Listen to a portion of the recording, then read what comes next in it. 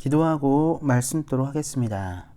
사랑의 하나님, 오늘도 주의 말씀을 통하여 우리 사랑하는 온세상교회 성도님들이 은혜를 얻게 하시고 날마다 하나님과 동행하는 삶을 살게 하시기를 기도합니다.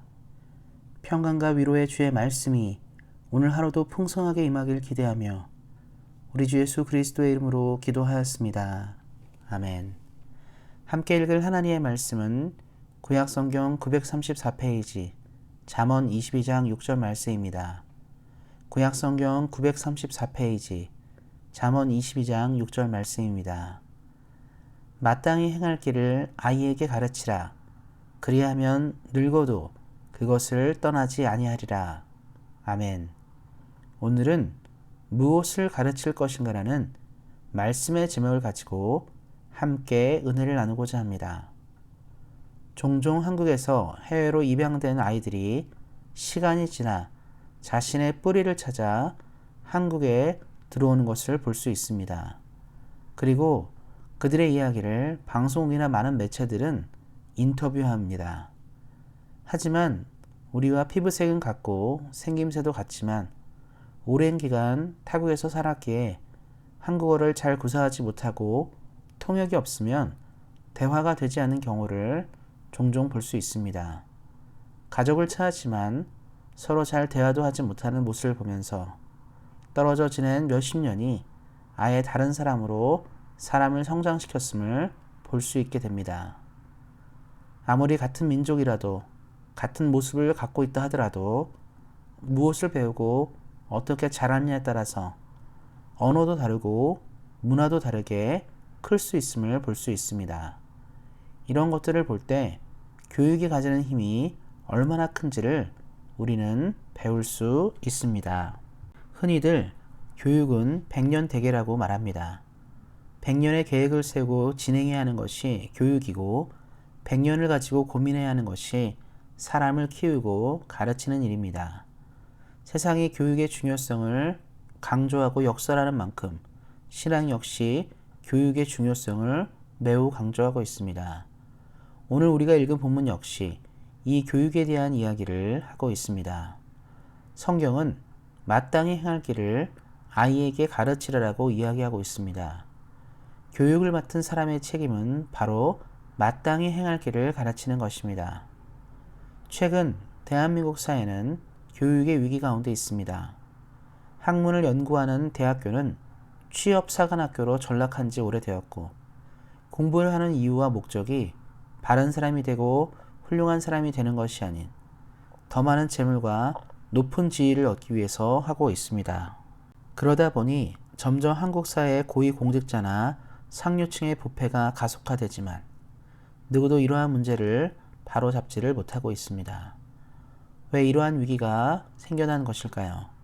바로 진정한 교육의 부재의 결과입니다. 사람을 가르치고 키우는 일의 핵심은 올바른 사람을 키워내는 것입니다. 이러한 방향성을 잃게 되면 사회는 점점 갈등과 고통으로 나가게 될 것입니다. 그래서 오늘 말씀은 마땅히 행할 길을 가르치는 교육이 중요하고 회복되어야 함을 이야기합니다. 올바른 길을 잘 배운 사람은 올바른 선택이 무엇인지를 알기 때문입니다. 그렇다면 마땅히 행할 길은 무엇을 의미하는 것일까요? 잠언의 말씀들을 우리가 생각해 볼 때 마땅히 행할 길은 하나님을 아는 삶을 의미합니다. 잠언 말씀들은 우리가 하나님을 경외하고 사는 삶을 이야기합니다. 삶의 모든 순간에서 하나님이 원하시는 뜻을 발견하는 것이 우리가 흔들리지 않고 살아가는 비결이기 때문입니다.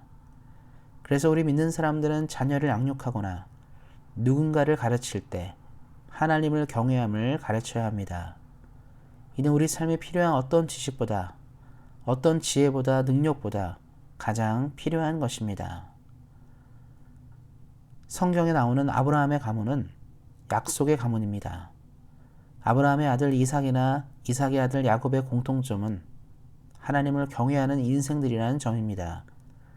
아브라함의 가족은 창세기를 보면 알 수 있듯이 도시에 정착하고 살지 않고 천막을 치고 유목하면서 살았습니다. 하나님의 약속을 바라고 그렇게 살았습니다. 흥미로운 것은 그들이 부유함에도 안락한 도시를 따라가고 추구하지 않고 아브라함이 이삭이 야곱에게 믿는 사람들의 삶의 방식을 도시가 아닌 유목민처럼 살아가는 것을 강조하였기 때문입니다.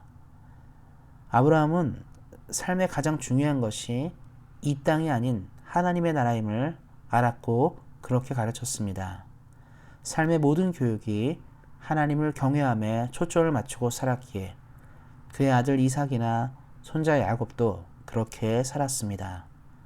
사랑하는 성도 여러분, 성도님들은 자녀들에게, 손주들에게 어떤 부모님이십니까? 아브라함처럼 약속과 믿음을 가르치고 보여주는 모습입니까? 아니면 세상 사람들처럼 아이들이 잘 살고 성공하기를 위해서 단지 그것만 바라는 모습이십니까? 물론 이 땅에서 잘 살고 성공하는 것도 매우 중요합니다. 하지만 하나님의 나라를 상속받고 사는 사람들은 하나님의 뜻을 아는 사람으로 살아갑니다. 이 땅은 우리가 아는 것처럼 유한합니다. 언제 이렇게 변화될지 모르는 곳이 우리가 사는 땅입니다. 하지만 영원한 하나님의 나라와 영생을 믿는 사람들은, 우리가 믿는 이 신앙들은 이 세대에서만 존재하지 않고 우리의 삶은 영원하다는 것을 볼 수 있어야 합니다. 하나님의 나라를 바라는, 영생을 바라고 소망을 바라는 이 귀한 신앙은 우리의 세대에서 멈추는 것이 아니라 세대와 세대를 넘어서 흘러갈 수 있어야 합니다. 그러기 위해서 우리는 오늘의 말씀을 기억해야 합니다. 마땅히 가르칠 것, 마땅히 행할 것을 자녀에게 가르치는 것, 바로 하나님의 나라를 위해 살 수 있도록 우리가 우리 자녀들과 우리 후손들에게 해야 될 사명이 있습니다. 이를 기억하시고 믿음의 가문 되시고 믿음의 후손을 남기시는 사랑하는 우리 성도님들 되시기를 예수님의 이름으로 축원드립니다. 기도하겠습니다. 오늘 말씀처럼 혼탁한 이 세대의 믿음의 사람들을 양육하는 사명을 감당하는 우리 사랑하는 성도님들이 되게 하시기를 기도합니다. 오늘 하루를 우리에게 허락하신 하나님께 감사드리고 우리 주 예수 그리스도의 이름으로 기도하였습니다. 아멘. 이어서 함께 기도하는 시간 갖도록 하겠습니다. 온세양교회가 주의 사명을 감당하는 시대적 소임을 감당하는 하나님의 교회가 될 수 있도록 날마다 은혜 가운데 성장하는 교회 될 수 있도록 교회를 위해서 기도해 주시기 바랍니다. 우리 안에 몸이 연약한 분들, 약한 분들이 있습니다. 주님의 은혜 가운데 질병이 치료되는 역사가 있을 수 있도록 다시 한번 회복되어서 함께 믿음 생활 충실히 할 수 있도록 이를 위해서도 기도해 주시기 바랍니다.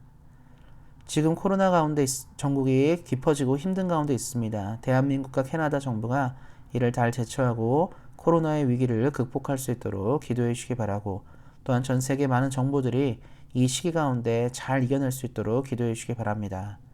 우리 사랑하는 성도님들 개인 기도 제목 있으실 텐데요. 개인 기도 제목 가지고 뜨겁게 기도하는 시간 갖도록 하겠습니다. 오늘 말씀처럼 교육은 매우 중요합니다. 늘 자녀들에게, 손주들에게 믿음을 가르치시는 우리 사랑하는 성도님들 되시기를 예수님의 이름으로 다시 한번 축원드립니다. 오늘도 말씀 안에서 은혜 안에서 승리하세요. 주의 사랑으로 사랑합니다.